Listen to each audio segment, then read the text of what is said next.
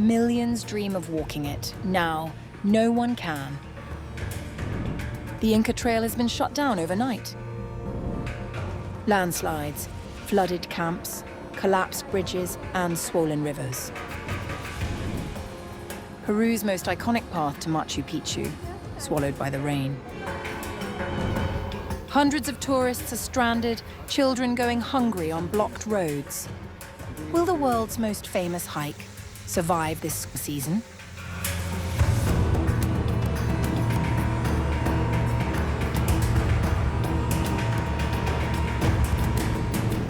Tourist access to Peru's Inca Trail leading to the Machu Picchu citadel was temporarily suspended on August 19th, following landslides and damage caused by heavy rainfall. According to the reports, the suspension took effect immediately and will remain in place until further notice, with authorities citing risks to tourists and unsafe conditions along several sections of the trail.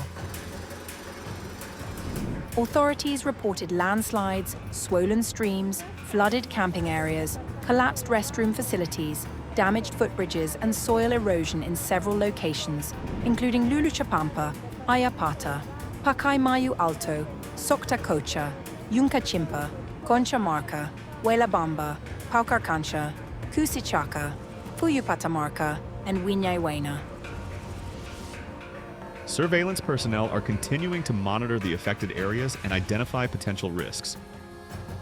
Visitors who entered the trail on 18th August were also instructed to return as a precaution. The decision was taken amid adverse weather conditions forecast by Peru's National Meteorology and Hydrology Service, CENAMI, associated with a high-altitude isolated depression, known as Dana. Meanwhile, authorities are assessing alternative routes for tourists returning from the Inca Trail, including routes through Kilometer 104 in Cachabamba and Kilometer 106 in Shokasuisui. However, their opening will depend on weather and safety assessments through August 22nd. If dangerous conditions persist, procedures could be initiated to reschedule visits or refund admission fees, where applicable.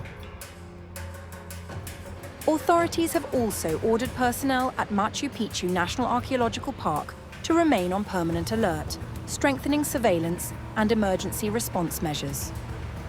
Tour operators and visitors have been urged to follow safety instructions and monitor official communications from the DDC Cusco. Earlier, on August 18th, heavy rains triggered a mudslide and rockslide in Peru's Arequipa region, destroying part of the southern coastal highway and stranding hundreds of cargo trucks for more than 12 hours. According to the local reports, the slides severed the land connection between Arequipa, Tacna, and Ilo, creating a road emergency that affected thousands of people across southern Peru. We don't know how to feed ourselves. For example, I have 3 children in the vehicle. We've been stuck for 3 days now and there's no way to feed them. The little we brought is running out, so they need to give us a solution regarding food. The provincial mayor also urged residents to postpone non-essential travel to Tacna, Arequipa and Moquegua, warning that road conditions remained uncertain and could pose a risk of further accidents. Postpone your trips. If we have to travel to Tacna, Arequipa, Moquegua, you shouldn't do it. Why? Because we don't know how the surface may be at this moment. We don't know how the internal part of all those sectors may be, which could cause more accidents. As heavy rains continue to disrupt travel across southern Peru, one question remains.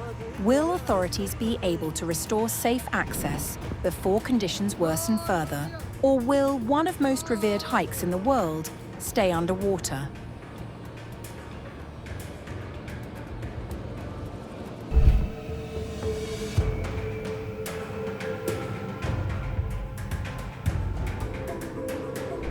Peru's President Keiko Fujimori, on August 17th, declared a state of emergency in several districts of Lima and other regions hit by flooding that disrupted traffic, overwhelmed drainage systems, damaged homes, and forced dozens of families to evacuate.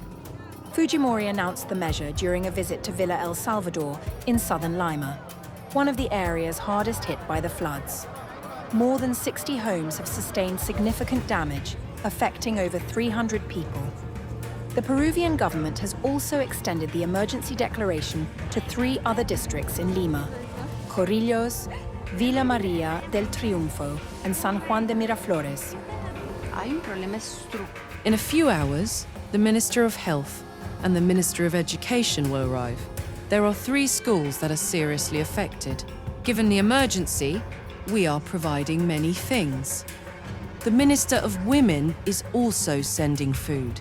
And I also make a call to the private sector, because there are families who have lost not only their clothes, but also their work equipment, their sewing machines, their kitchens, their refrigerators. Fujimori also toured the flood-damaged areas, greeting residents and speaking with victims affected by the disaster as authorities work to assess the damage and restore essential services. I am going to go to the house, and from there you can accompany me to the school. But I'm not going to be able to go to the 60 houses. At the same time, the mayor of Lima assured residents that emergency measures were being taken to address the situation, including the deployment of a field hospital to provide medical care to children and other vulnerable people amid fears of disease outbreaks. I have called on the Minister of Housing to set up a field hospital so that they can attend precisely to the children and the most vulnerable people who could be facing an epidemic, because that is coming now. Secondly, the manager of Sedapal, Lima Water and Sewer Service, has informed me that the institution's insurance has been activated so that we can not only carry out the cleaning tasks, but also cover some damaged material objects that may have been lost. Earlier, heavy rains pounded Peru's capital over the weekend, cutting off roads, flooding homes, and forcing the suspension of classes. Lima is one of the driest capital cities on Earth, a desert coast that sees well under 20 millimeters of rain in a typical year. Its winters bring garua, a cold coastal mist that dampens surfaces but never really flows anywhere, so the city's drainage system was built for almost no rainfall at all. On August 16th, Tsunami, Peru's National Weather Service, recorded 4.2 mm at its Villa Maria station between 2 p.m. and 7 p.m., with some reports reaching 6.3 mm by 9 p.m. Independent meteorologist Abraham Levy said Villa Maria del Triunfo took about 8 millimeters in 24 hours, which he called among the largest readings in the recorded history of Lima and Callao. That may sound trivial anywhere else, but it was enough to overwhelm the sewer network. Sedapal, the state water utility, said the rain overloaded manholes across the system and sent 3 hydrojet units, high-pressure water trucks, to pump the water out. On the other hand, flood victims appeared to be struggling to cope with the devastation, with many saying they had lost furniture, appliances, clothing, and other belongings to the floodwaters. Some residents said they were forced to start from scratch after their homes were inundated with muddy water. We have lost everything. My furniture, I have nothing. My refrigerator that my children had just given me for Mother's Day, it is all ruined. The cooker, all the appliances that they had just given me for my Saint's Day and recently for Mother's Day, they are all ruined. The water got inside everything. I have nothing to wear because everything is wet. As the rain continues to batter Peru, one question remains unanswered. Will authorities be able to contain the damage and protect vulnerable communities?